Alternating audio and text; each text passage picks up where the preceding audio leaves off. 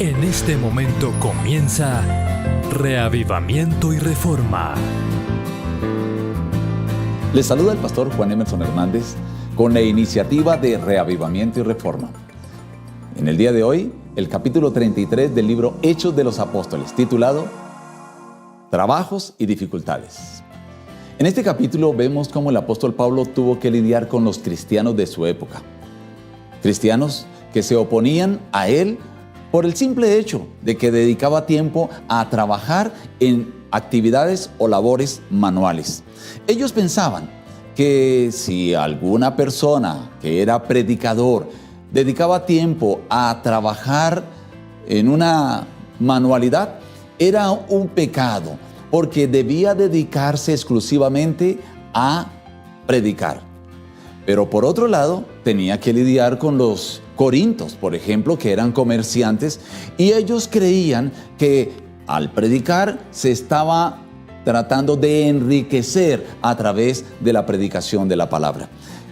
Estas dos cosas que se oponían hacían que Pablo tuviera que andar con cuidado y convertirse en un equilibrio para las dos partes.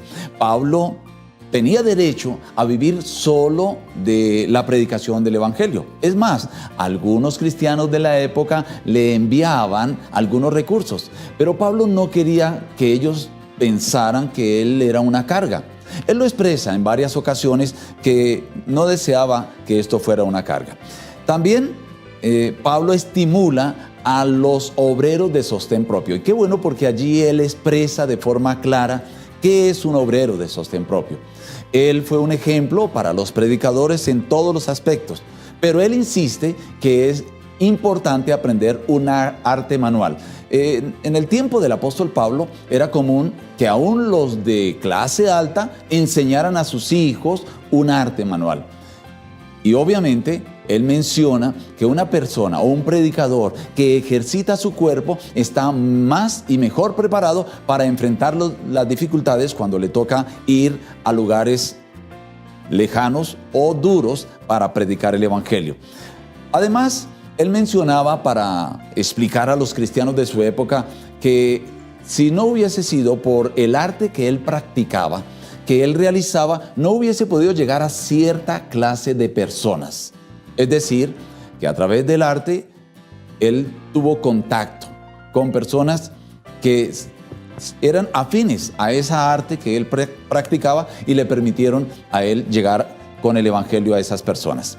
También el apóstol Pablo menciona la importancia de realizar manualidades, aunque estas deben ser, dice él, abandonadas de inmediato por el predicador cuando ve que hay algún cristiano a quien él debe fortalecer, reafirmar en la fe, o debe abandonarlas de inmediato y dedicarse a la predicación cuando sabe que hay almas que están necesitando en ese momento de la presencia y de las palabras de él. Finalmente, él estimula en este capítulo a los obreros y líderes que, aunque no vean los recursos para continuar en la predicación, dice, deben avanzar con fe, porque Dios se encargará de los medios para el avance de la obra. Podemos entonces, resumiendo, encontrar tres enseñanzas en este capítulo. La primera, saber un trabajo manual es una bendición para los que se dedican a la salvación de las almas. La número dos, no todos son llamados a trabajar tiempo completo en la obra del Señor, pero todos tienen la responsabilidad de predicar el evangelio. La tercera, Dios nos pide avanzar por fe y Él se encargará de los recursos para el sostén de su obra. Practicar estas verdades nos ayudará en el reavivamiento y la reforma. Que Dios le bendiga.